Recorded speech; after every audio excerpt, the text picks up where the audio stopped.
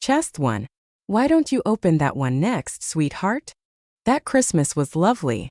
One of the best in a while. In the recent years, my parents hadn't been able to drive up as often, on account of the heavy snow. Heaviest in 30 years. Their grandfather would say to me over the phone when I pleaded with him, and I could hear him comedically puffing his cigar and tilting back the armchair. There's no way we could make it there and back before next Christmas. But this year it finally let up and they made it. I couldn't have been happier.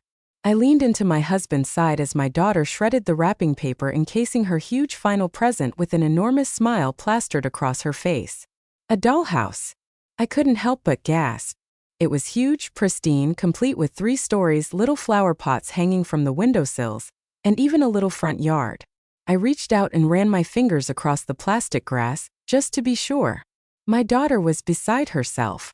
She had been begging for a dollhouse for months now, but I kept snubbing her, knowing what her grandparents were planning. "It's beautiful, Ma," I said. "It's so pretty." My daughter ran over to hug my mother, and then my father. They laughed and patted her head, telling her that they would do anything to make her happy. I couldn't stop staring at that beautiful dollhouse. "Where did you find this?" I gently tapped on the windows. If I hadn't known, I would have sworn they were made from real glass. "Found it online," my father grunted, leaning forward to unlatch the walls and open it up. The inside was even more beautiful than the outside. Even the art on the walls looked real. From a nice family. Funny, they never even accepted our payment. Just some real nice folks. A little doll family sat on the living room couch, gazing up at us with their blank smiles. "A happy family of 4, my mother keened, clasping her hands in front of her chest. "Just like you."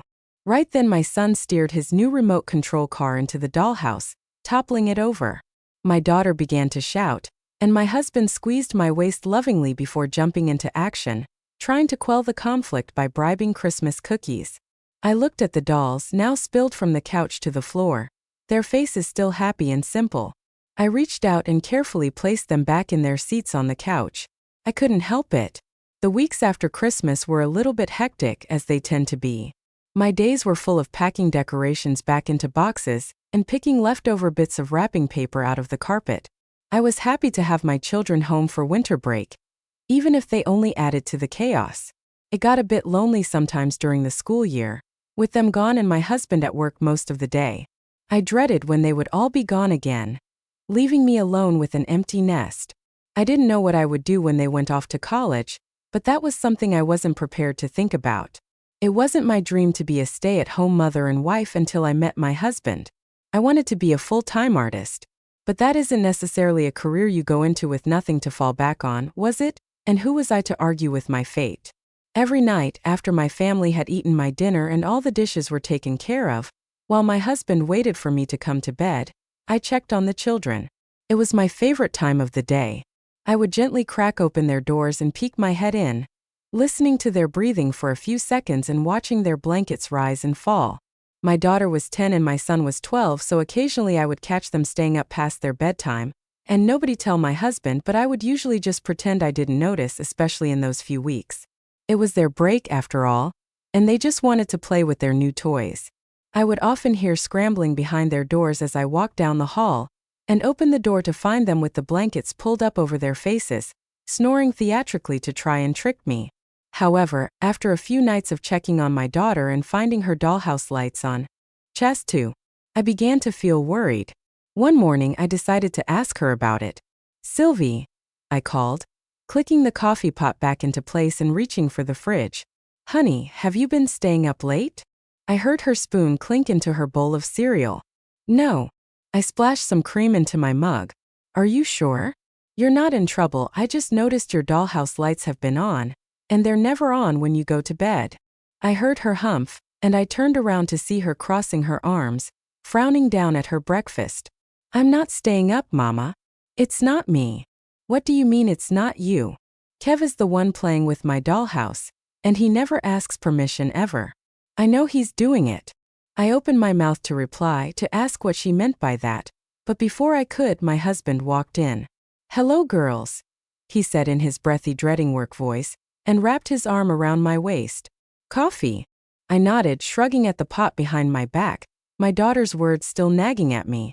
Soon after that day, the dreaded came to be. My kids had to go back to school, and I was once again left alone during the day. The first day of this, right when I was getting bored of reading my book and trying to think of what I was going to do to keep myself entertained, I heard something from upstairs. It was like something falling. I frowned and pushed myself off of the couch, wrapping my cardigan around myself to fight back the drafty cold. When I got upstairs, I wasn't quite sure where to look for the source of the sound. Even so, something drew me toward my daughter's bedroom at the end of the hall. I gently swung the door open, looking around. Nothing looked immediately awry. The room was the dimmest in the house besides the attic, because the window was the smallest, letting in the least natural light during the day. The darkness drew my eyes right to her dollhouse, sitting innocently in the corner, the windows glowing with yellow light. I very carefully cracked the toy open, examining the inside. It took me a moment to find the doll family, but once I did, I smiled. The mother and father dolls were sitting on the couch downstairs, their faces trained ahead as if watching TV. The children were upstairs in one of the bedrooms. The girl was laying on the floor as if she'd toppled over, and the boy was standing above her. I mentally commended my daughter for how maturely she must have been playing with the dollhouse. Could that have been what I had heard falling? Maybe the girl doll had been standing, and had simply toppled over after a while. I carefully stood the doll back off, switched off the lights inside, and went back downstairs. That night after dinner, my husband plopped down on the couch and kicked his feet up. My children hadn't yet gotten rid of all their energy, so they were running around the house, playing their own version of tag. "Sit with me," my husband said, grinning at me and patting the couch next to him. "You've been cooking all afternoon." I relented, taking a seat next to him. He pulled me close, giving me a kiss on the forehead and switching on the TV. Before I could relax, a scream rang through the house. My daughter's scream. My husband and I rushed upstairs. We found them in my son's room, my daughter on the floor, her knee bleeding, and my son standing above her guiltily. "I'm sorry, we were just playing." My daughter's brown eyes were welled up with tears. He pushed me. The strangest sense of déjà vu washed over me, so powerful I felt a bit dizzy. I reached out and helped my daughter up, examining her injury once she was standing. "Let's get a Band-Aid on that," I said gently, pushing back her hair. She nodded. Then the power went out. After that night, for some reason, the energy in the house began to get worse. All of the winter break high had diminished, and we seemed to all be left feeling a bit empty. The house felt lonelier when everyone was away, and when they were back, it wasn't very much better. The worst was my daughter. I noticed she hardly spoke at all anymore. She would come home with red, swollen eyes, throw her pink bag down on the couch, and go to her room. Chess 3. She hardly left her room at all unless it was for a meal, or unless I made her come out. One day, I decided I was going to search her room. I know it didn't earn me any mom points, but please don't judge me too harshly. I was starting to feel incredibly worried. We had always been such a happy, close family, especially my daughter and I, and this change had been so abrupt and violent. I worried about the boys as well, of course, but I just wanted to know what was going on with her. While she was at school, I went through her room. I looked under the bed. I looked through all her desk and dresser drawers. I even lifted up her carpet in some places. I didn't find anything at all, not a diary or journal, not even a suspicious box. Finally, I ended up in front of the dollhouse. It was open this time and the lights were off, and I reluctantly peered inside. A sense of dread welling up inside of me. I didn't see any of the dolls at first. It didn't seem like any of them were even inside of the dollhouse, maybe discarded somewhere else in her room, or maybe lost in Kev's room sitting in his remote control cars because he needed drivers to crash them into things. Maybe she was just bored of it now. But then I saw one of them. It was the mother doll, long brown, glossy hair and colorful floral dress making her stand out. She was standing in one of the bedrooms, the girls I assumed by the decor in one of the corners. The doll was just standing there, facing the wall, the wallpaper pressed up against her plastic nose. I glanced over to the corner of my daughter's room, then back at the dollhouse, then back again, as if the doll was going to move when I wasn't looking. I slowly walked over to the corner, reaching out and brushing my fingers against my daughter's purple wallpaper. Right when I was beginning to feel incredibly stupid, I felt a ridge. I carefully pried my fingernails into the dent, pulling until I felt it give. There was a piece of the drywall missing, and I had never even known. Inside the cracked part of the wall was a notebook, and some other small things from around the house that I thought had disappeared. I found candy, missing jewelry, even silverware. I wondered how long she had been hoarding things right under my nose. When I looked back at the dollhouse, nothing was different. I knew that nothing was different. But that didn't stop me from thinking that maybe the doll had moved anyways, just a little bit. It didn't stop me from feeling like it was looking at me from the tiny model house. After that, I put the dollhouse in the attic. Something just felt terribly sinister about it. It made me feel sick knowing it was just up there, in my daughter's room. Maybe it was selfish. I certainly began to think so when I saw how upset it made her when I told her. But it wasn't something I was willing to budge on. I planned on giving it away to some neighborhood kid, but eventually I started to forget about it. Things didn't change anyways. I felt silly for thinking that maybe they might. I had been superstitious in the past, but it had never gotten this ridiculous. Things stayed the same. My children continued to be quiet and anxious creatures, and my husband stayed longer and longer at work. I spent my days wandering the house aimlessly, cleaning and tidying things and preparing meals. My purpose was draining right along with my connection to my family. I convinced myself it was just the school year, that it would get better by spring break. And I almost forgot about the dollhouse. I almost forgot until spring cleaning. I decided to get a head start, having not much else to do besides clean. And when I finally reached the attic with my duster and my bucket of soapy water, my heart sank. I felt like I could feel it getting eaten away by my stomach acid. There it was. The dollhouse. It sat peacefully beneath the window, between my husband's dusty shotgun and a stack of old books and clothes, the lights inside glowing out of the little plastic windows. I stared at it for what felt like an hour before I could get up the courage to walk over to it. The latch felt like it echoed endlessly, bouncing off the attic walls and into my ears. Chas for. It was deafening. The dollhouse creaked like it had been waiting 1,000 years up there. I cracked it open like a rib cage.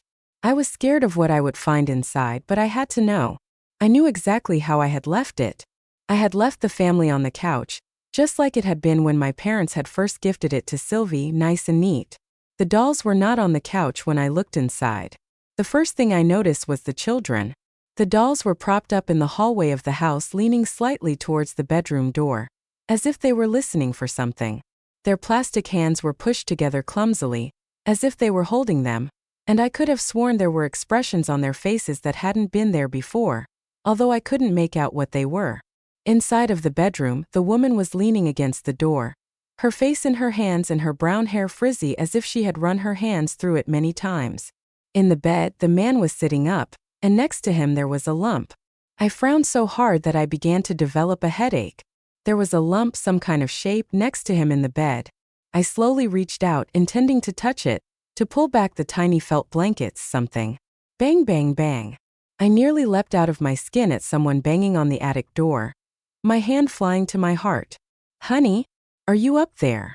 I glanced at the dollhouse and then at the attic door, my eyes wide, feeling frazzled and disoriented.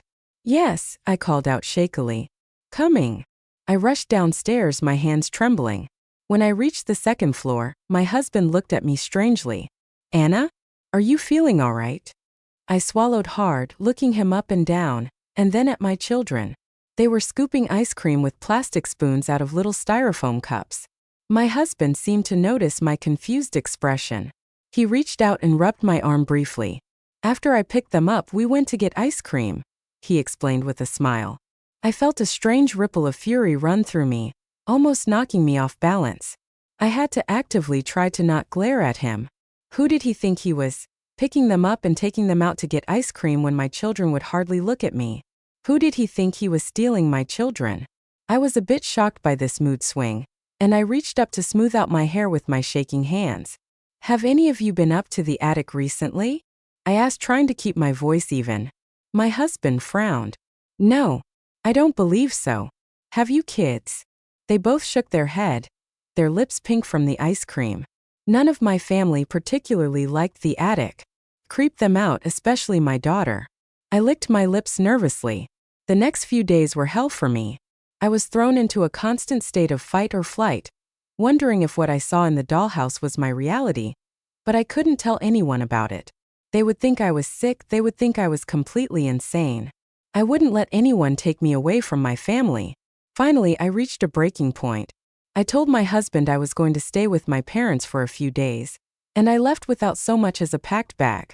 It helped to get away, but I couldn't have stayed forever, and after the weekend I drove the 4 hours it took to get home, feeling slightly more stable than before.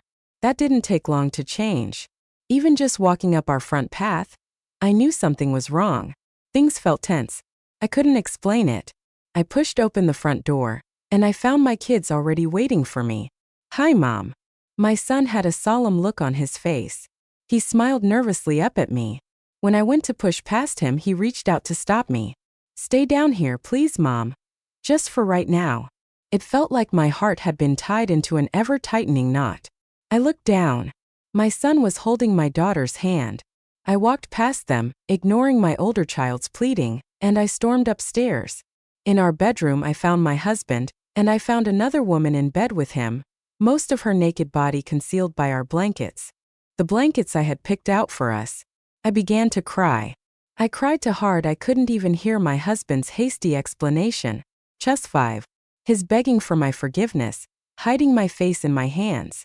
When the woman, whoever she was, slipped past me and through the doorway, I fought the urge to grab her and bash her head in. That night, I dragged the dollhouse down the stairs and slammed it down on the coffee table, right in front of the couch I slept on. I couldn't bear to be in our bedroom after what he had done. What he had done with my children, my babies, right downstairs. I choked down some bile, staring into the yellow windows aimlessly. I had to watch. I had to watch so I could know. I had to watch so nothing terrible happened to my family. Over the next few days, my husband tried desperately to get to me. He tried everything. He begged, he cried, he yelled. He even acted as if he was going to hit me a few times, just to get my attention, but it never worked. Eventually, he gave up. Sometimes my kids would sit next to me, but mostly they avoided me. I think they were scared. I think I was scaring them. But I didn't care.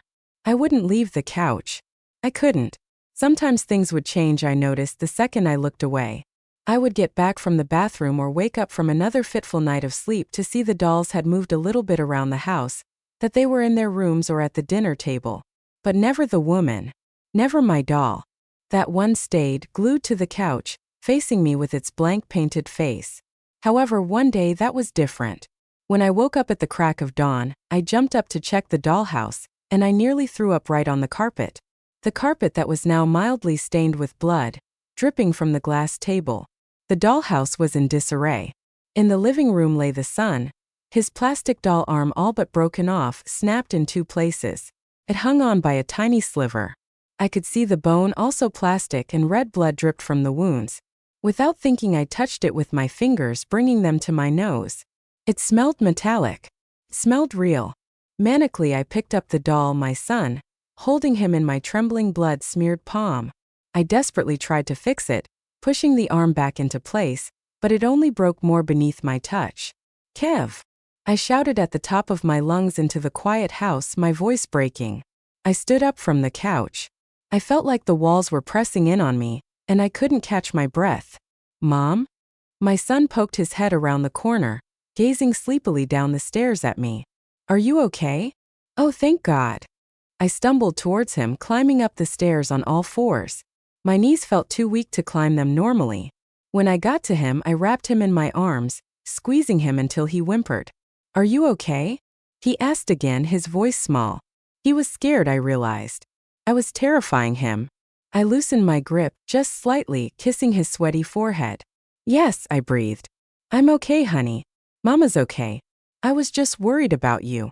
He took a small step back, but I held onto his arms tightly. I didn't want to let him go. "Why, Mom?" I wiped the tears off of my face clumsily. I hadn't even realized I was crying. "I'm worried something terrible might happen to you." His face crumpled in fear, and he stared at me. "What?" "Oh, don't you worry about that. Don't worry. Everything will be okay, you're safe, just stay here. Just stay right here." I knew I was rambling, but I couldn't stop myself. Seeing his precious face, unharmed, was like a drug to me. I gripped his arm tighter and he squeaked in pain. "Just stay with me," I said, and as the words left my mouth, he pulled his arm away from me. I reached out for him and like it was in slow motion he stumbled away from me. He stepped backwards but there was nothing to step on. He was right on the edge of the stairs. I tried to grab him but I couldn't. He was already falling. Today is the day he gets back from the hospital. I feel like I haven't slept in days. The guilt is eating me alive. My husband says he isn't, but I know he's keeping my daughter from me. I suspect he's sneaking her out the back door when I'm not looking to take her to school. I just want to see them. I just want my family to come back to me. Chess 6. The guilt and the anger are eating me alive. It's eating me alive. Today is the day he gets back from the hospital, and today is the day the dollhouse was drenched in blood.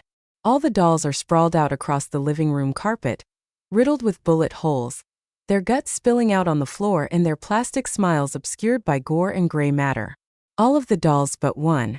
The mother stands in the middle of the bodies, holding a toy shotgun. It looks like something that might have come out of my son's room, but I don't know how it could have gotten here. I could swear I saw it crying. Today is the day I looked in the window of the dollhouse and saw myself having murdered my entire family. The family I love so dearly. And today is the day I looked out my own window. And I smiled. I smiled a blank plastic smile. And I looked and looked and looked.